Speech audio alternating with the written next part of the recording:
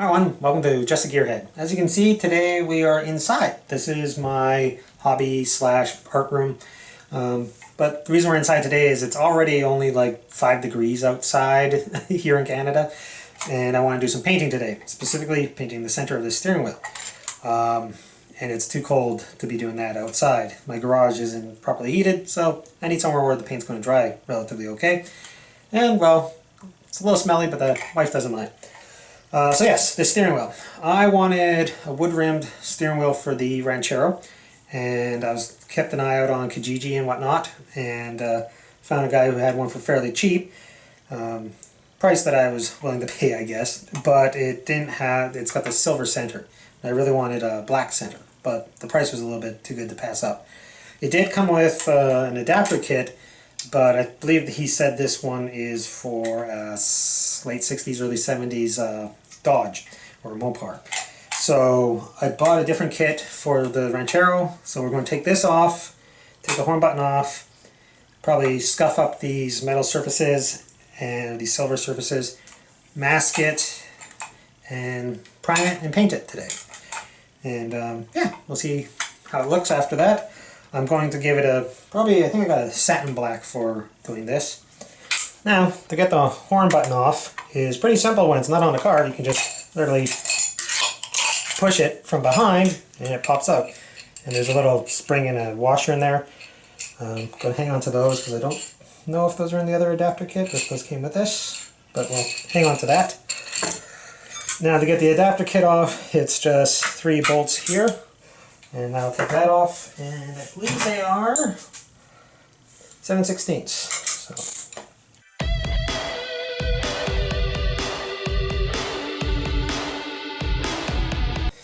Alright, so there's the little, I think that's like the horn contact or something. And then the wire just pulls through, and the adapter comes off. So there. Yeah. So now, like I said, I'm going to scuff up this surface here, and I'm just using, it's kind of like a little sanding sponge. I get them at the hardware store. I think this is fine grit is what it's called. It's probably like 180 or something, 200 or something. So I'm just going to scuff all these silver surfaces with this.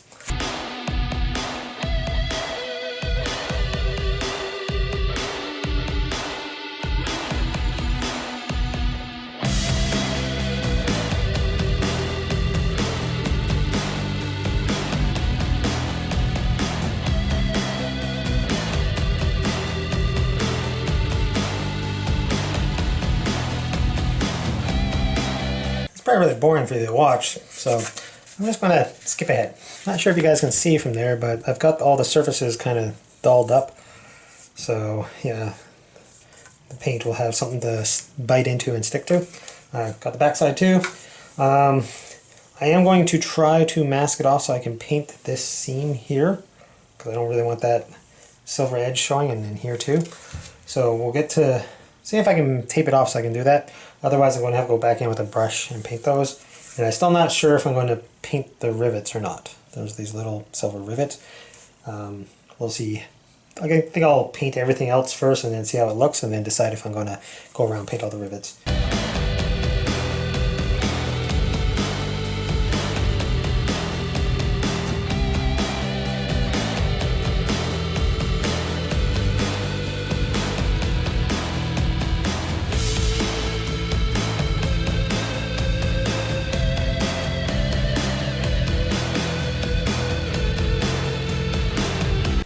Alright, so there, the wood part's all masked off. I used an X-Acto blade and my thumbnail to just kind of push it into this groove here. If you guys can see that, there we go. So yeah, and kind of the same thing on the inside in there. So now we're going to hang it up and throw a coat of primer on it.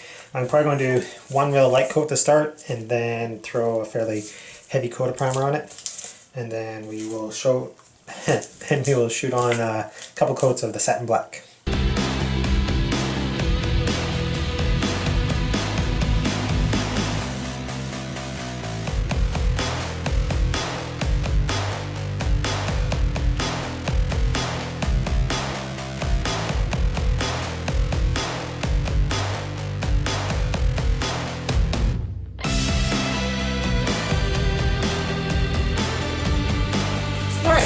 So we'll let that dry and come back in a little bit.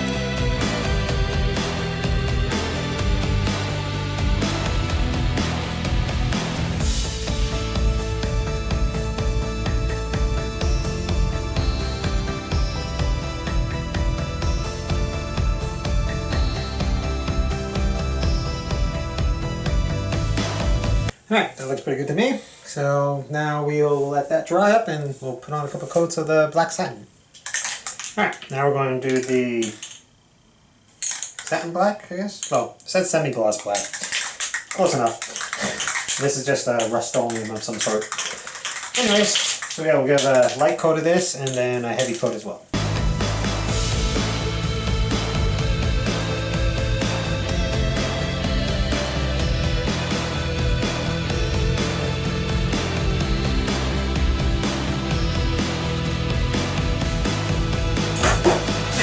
Got one of black then.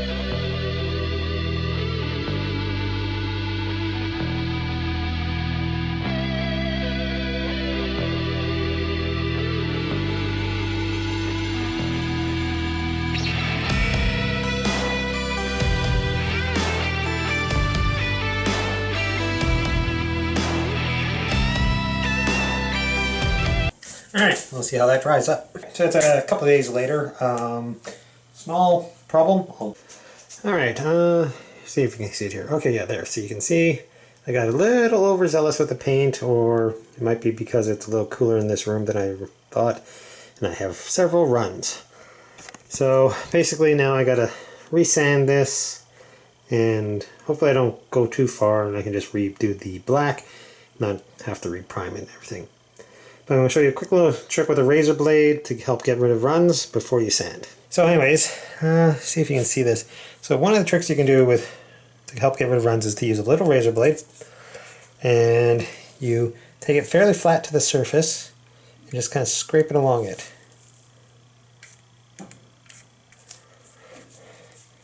At the right angle here. Don't know if you guys can, What this does is it just knocks down that top of the run.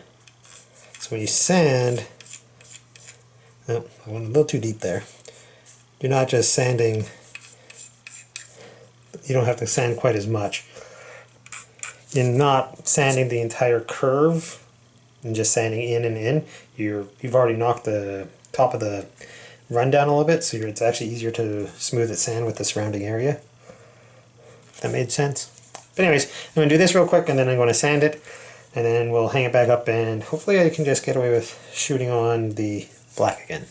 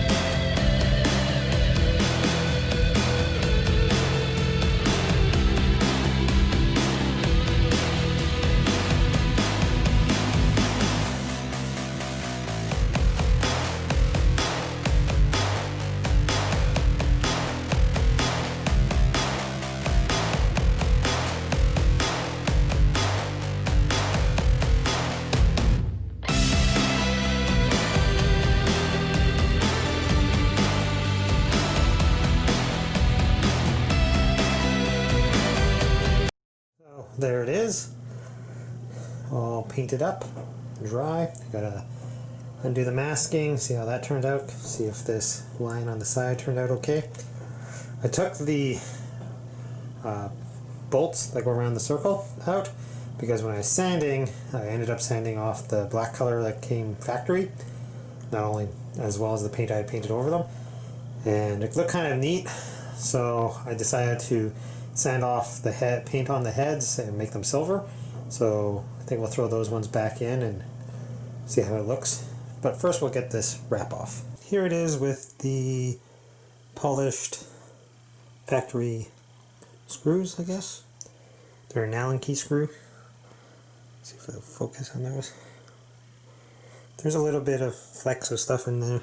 The paint a little bit, but I think it looks pretty good. So yeah, I think we'll go install that on the car. Here we are in the car. It's actually, I don't think you can see there, it's a little bit of snow there. It's been actually below zero up here for the last week or so. Got snow on a few things. But anyways, so here is the stock steering wheel. It's all cracked in a few places. And the horn ring is broken and missing. And I had it off once before and I actually put it on upside down, I think. So, we're going to take this off and install the other one. Hopefully you guys can kind of see from there. So, to start with, there's a couple of screws back here. This will get the horn button off. Well, the center part.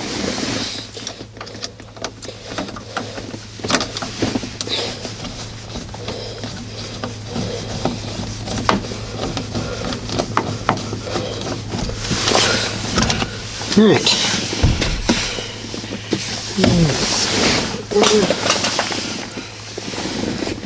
Alright. Now, I'm trying to remember what size this big bolt here is. Alright, so it should be at 15/16. There we go.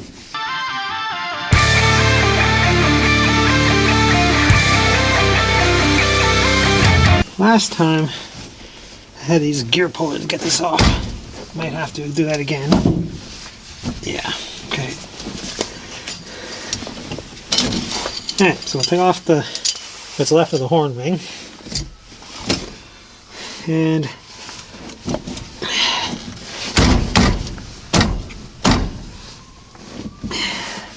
yeah, looks like I gotta get my gear puller.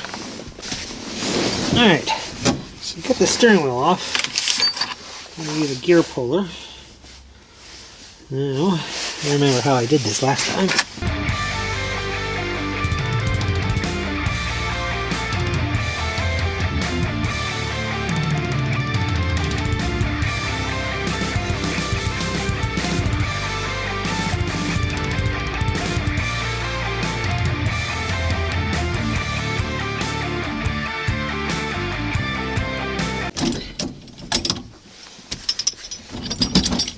All that fiddling for that. Alright, so there was 2 Grant steering wheel kits listed for Fords. I'm hoping I bought the right one. This is the one that was suggested for this car, but 2 kept coming up repeatedly, so hopefully this is the right one.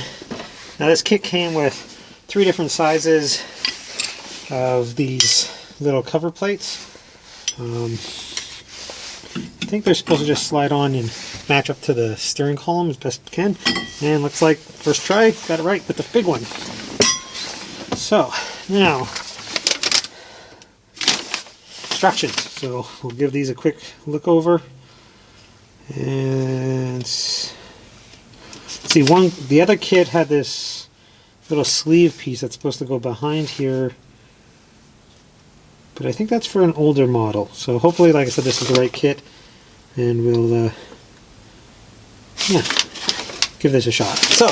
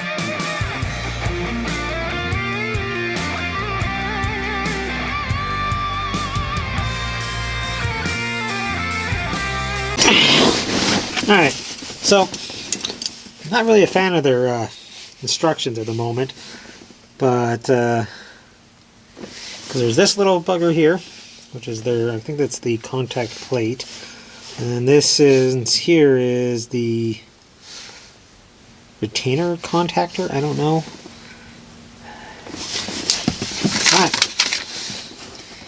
Yeah, retainer, contact ring, and contact plate. So, doesn't show very well. I think that's which one's which. Oh, like I said, I'm not thrilled with the instructions. So, this goes on. I'm going to put the steering wheel back on.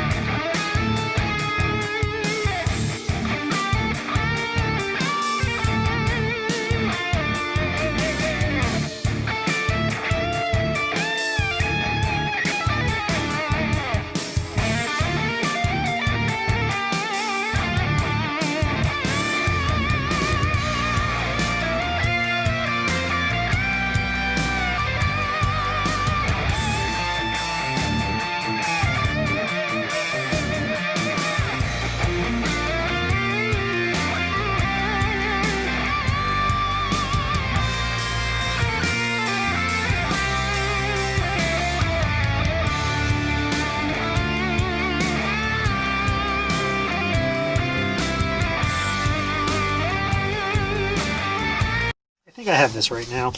So, got this copper contact ring down there, and then we got this other floating ring here, which I guess is supposed to also, when you push on the button, is what's supposed to contact the horn. Seems a little loose to me. These wires are a little long. If it shoves it back in there, not really. But yeah, so I think that's what this kind of just floats because there's little like shoulders on these bolts. That just kind of floats on. So yeah. So next, I think it's just supposed to be the spring for the horn button and the horn button.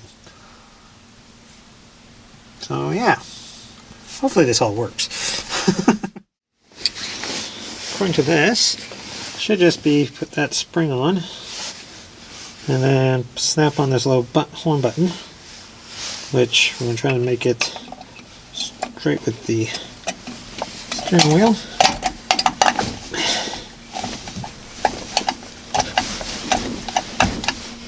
Alright.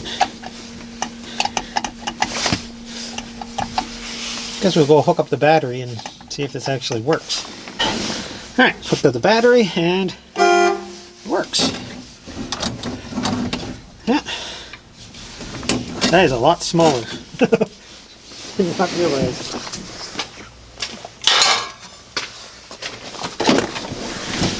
Oh yeah. It's quite a bit smaller. I know it was smaller, just didn't realize quite that's smaller. But there we go. Give you guys a look. Alright, so those must have been the way those rings were supposed to go on, because the horn works. I did chip my paint a little right there, which I'm a little annoyed by. I will say, Grant, your instructions kind of suck, but it does work. It's on, and I think it looks pretty good. I like the silver on these. Now I polished them. It kind of goes with the little rivets. And this, I believe it is walnut. Yeah, walnut. Is kind of a hint at some of the other touches I'm going to be doing in this car down the road. Now you might be asking, why am I working on the interior of a car that currently isn't past inspection? If you guys want to find out why it's not going to pass inspection, Maybe I'll put a link to a video at the top where I explain that if you guys haven't watched it. Well, it's winter, or well, start of winter, so I'm not going to be able to work out here very much pretty quickly here, because this one's staying outside because the Buick is in there. But I do have door panels and a few other things I can take in the house and work on, so we'll probably do those in some upcoming videos. Oh, I guess that'll be it for this episode of Just a Gearhead. So yeah, please comment, like, subscribe, all that good stuff. If you guys want merchandise, t-shirts, whatever, please check out the link to the Redbubble page in the description. And I thank you for all the people who have liked, commented, subscribed, and bought merchandise. Thank you. It's very appreciated. Anyways, we'll see you next time.